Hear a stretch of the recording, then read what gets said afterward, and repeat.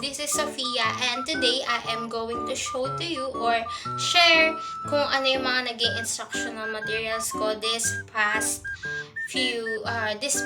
demonstration teaching ko. So, let's go!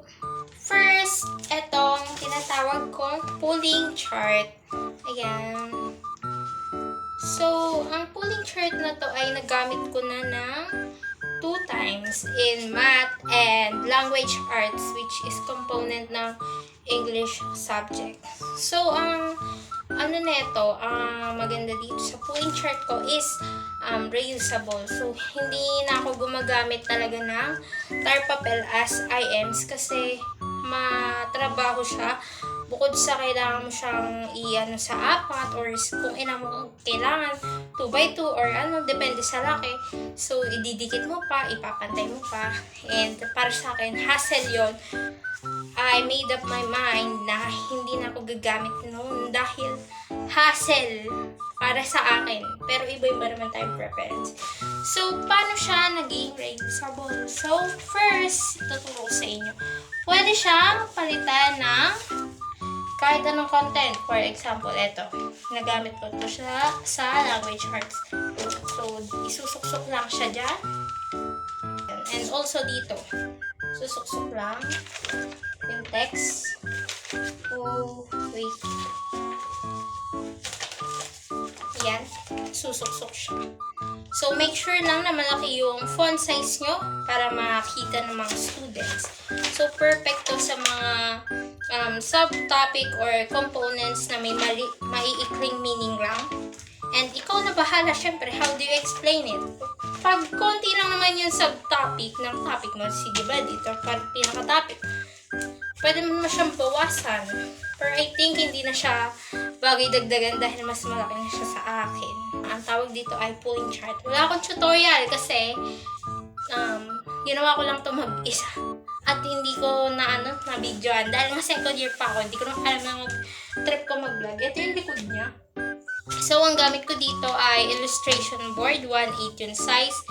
And yung plastic cover ko. Yan. May plastic cover yung pinaka-board and sa packet, bukod pa yung plastic cover. So, para tumagal siya, wag nyo nang tipirin. Dahil kung tatanungin nyo ang costing, nakalimutan ko na. Pero kukwentahin ko at lalagay ko dito. So, yun lang. Pero ito, ang gamit ko dito is vellum board. Yung mga ginagamit natin sa card, yun. So, 200 GSM ata ito. Makapal to. Yun. Ito yung costing for pulling chart. I-post nyo na lang. Next kong instructional material is itong flip chart. So, bakit flip? Malamang, napi-flip to, bakla. So, ito. Yan. Ganyan. Yan. So, dito yung title. As you can see, packet style pa rin siya. Pwedeng mapalitan yung mga text na ilalagay mo. At yung pinaka-cover is may plastic cover and bukod pa tong isa. So, yan. Para ma-appreciate nyo naman at iniisip nyo, paano ko ba ito mapapatayo? Ayan, something like that. And, eto. Kaya siya kalahati. Kaya kalahati yung harap. So, 1/4 illustration board to na hinati ko. And ito, napunta dito. Yan. Para makatayo. So, pag ginanon, syempre, tatayo na siya. Para ma-appreciate nyo palalo, ayan, for better illustrations kung paano gamitin.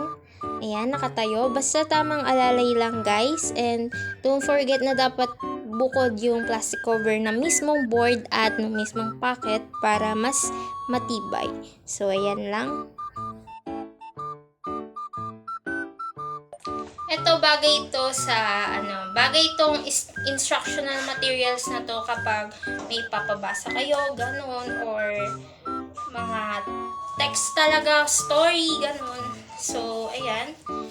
Ilang piraso yan. Ayan. Iba-ibang kulay yan Ayan. So, puro tagwa 1/4 illustration board to. Tapos, nilagyan ko lang ng border, di ba? Color niya. Tapos, border, mas darker na shade ng color. Ito, halimbawa, light pink, tapos, baby pink. Yun.